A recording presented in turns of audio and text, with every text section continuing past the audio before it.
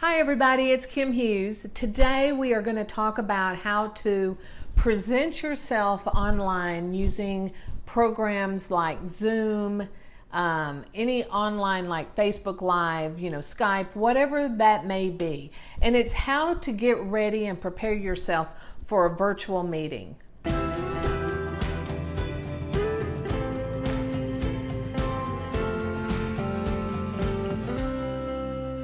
If you're like everybody else today in the world that we live in, we are always looking for ways to meet with our clients on a virtual basis to keep everybody safe, right? So a lot of you agents are going to virtual meetings, such as using Zoom. Zoom is so popular right now, and it is such a great little tool that you can implement into your business, even for years to come. It's going to be a way that you can meet with clients that are in another city, another state, another country, and talk about what's going on in your real estate market today. It can also be a great way to pull in your past clients and give them market updates. We love hearing our agents talk about they pull together a monthly meeting after the market stats have been released. So if you check your market stats, find out when they are released. So let's say they're released on the 15th of each month. Then maybe on the 20th, you have a Zoom meeting scheduled on the 25th of every month, and then start inviting your database, your past clients, people that you're connected with on Facebook or Instagram or LinkedIn to join you for these meetings. But to make that successful, you have to be consistent. That means schedule your meeting, and we're going to just hypothetically say it's on the 25th of each month at 9 a.m., okay? And then people will start putting that on their calendar because they want to hear what you have to say about the market stats. So what you would do is go into your MLS, pull your market stats, review the information that's being given to you to make sure that it's as accurate as it possibly can be. And then do your little, introduction, write out your script, write out your bullet points, things that you want to mention in addition to the market stats. So it could be, a new addition that's being built. It could be a really hot market over here in this little community and things like that. Little tidbits of information of what's going on in real estate in your area, and it will pique the interest of your buyers and your sellers, as well as maybe investors, commercial agents, etc. So kind of think about how you can use Zoom to benefit you in your business now during this pandemic that we're living in, and how you can stay in communication with your clients. And also talk about things that are going on in your community. What businesses are open, which ones are not, which ones are doing certain things, what's the open rate, just any information that you can give to help your community have a better lifestyle, right? That's something that you could do, kind of give it a little cute name and, monthly tips from Kim Hughes on, Mineola, Texas market stats or something like that. Just come up with something. But then when you do this, here's a couple of little tips. When you decide to do this monthly meeting, make sure that you send reminders, because if you don't remind them, they're going to forget. You could do a Facebook group. You could do a Zoom. There's just all kinds of ways to do that, but you want to get them into a controlled space that they are not distracted, okay? So kind of think about when they're in Facebook, in a Facebook group, they've got distractions of what else is going on in Facebook. So Zoom, you have them focused on what you're doing, okay, on what you have to say. There's no chatter going on around them. But, I would always remind them a day before, the day of, and then, like if it's the day of, maybe send a reminder that morning that, hey, we're going to get together at 6 o'clock and go over the monthly market stats and answer any of your questions, etc.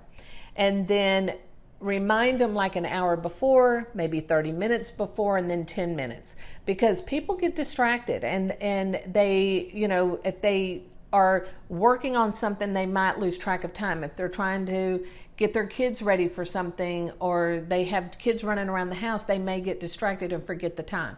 So just make sure you do your reminders.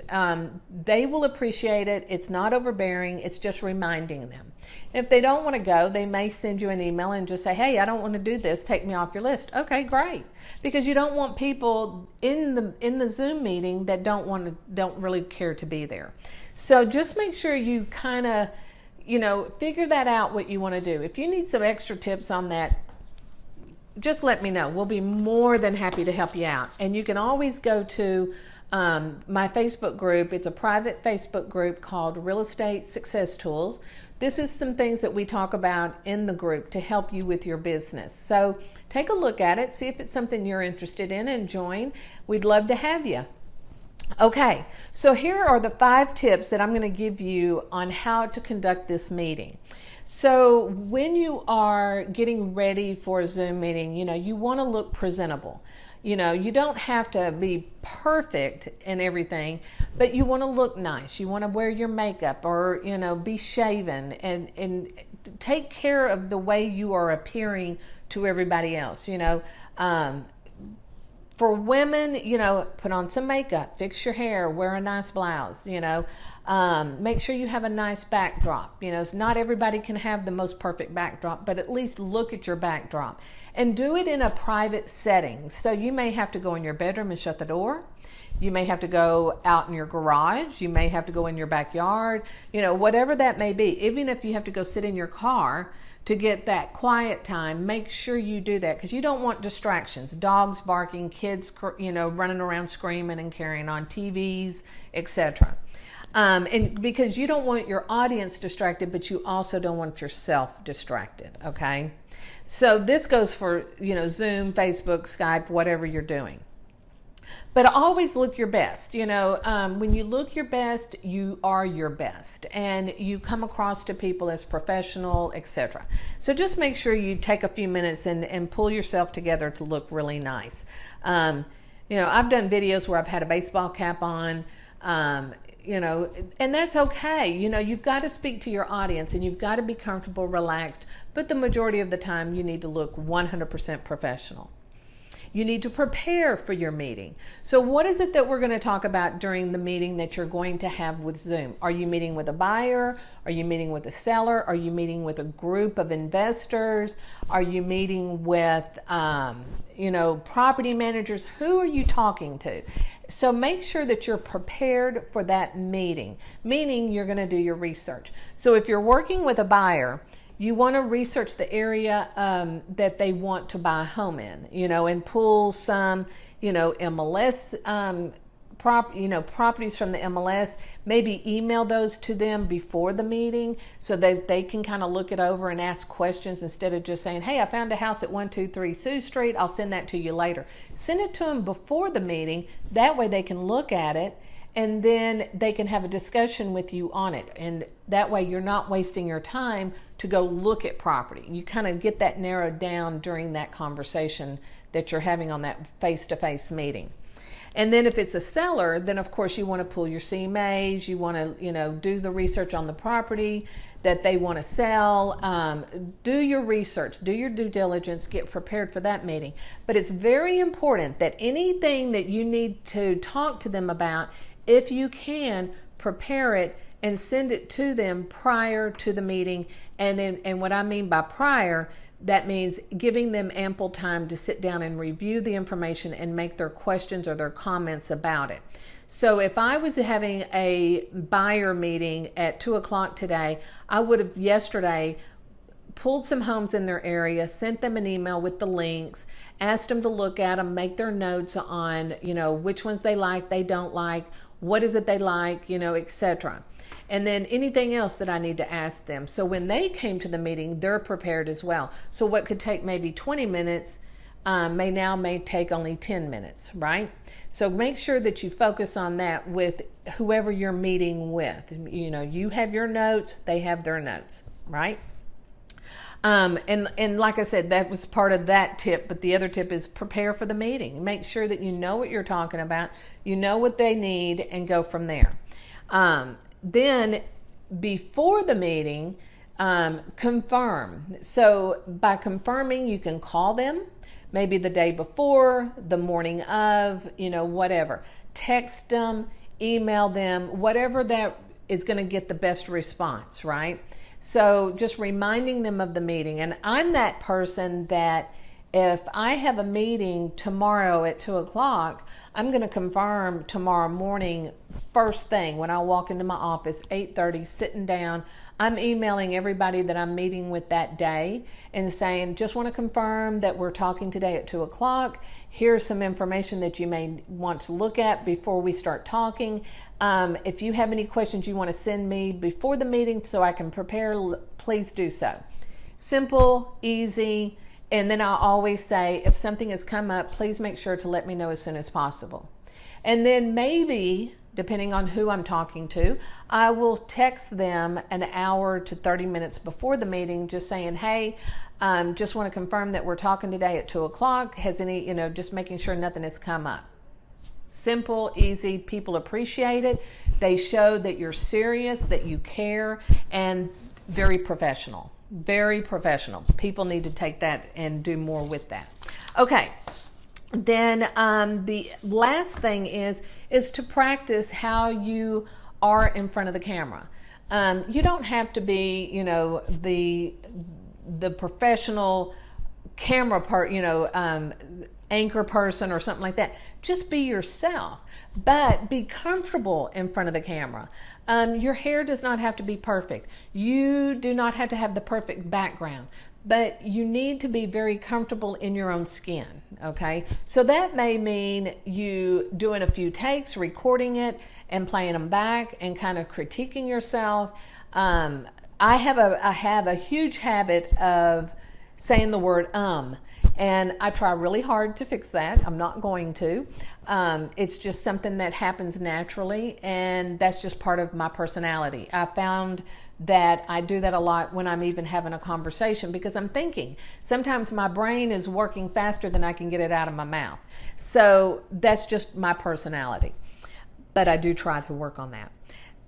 The other thing is make sure that you have whatever your presentation is, you have it ready.